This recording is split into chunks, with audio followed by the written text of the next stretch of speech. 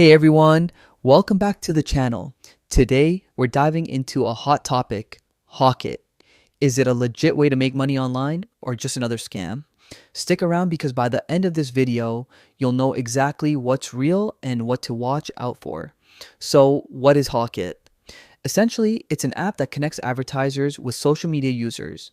If you've got followers, you can earn money by posting advertisements. The idea sounds simple enough, but let's break down how it really works.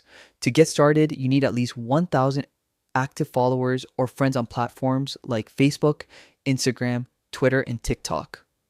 If you're posting via WhatsApp, there's no minimum requirement. This follower threshold is important because it determines whether your post can actually reach enough people to satisfy advertisers. Now, how much can you make? On Facebook, Instagram, Twitter, and TikTok, you earn about 100 Nigerian Naira per post. On WhatsApp, it's 50 Naira per post. Payments are based on daily advertisement posts, so the more consistent you are, the more you can earn. But Hawkit isn't just about posting ads. The app also allows you to earn by reselling products and completing other social media tasks.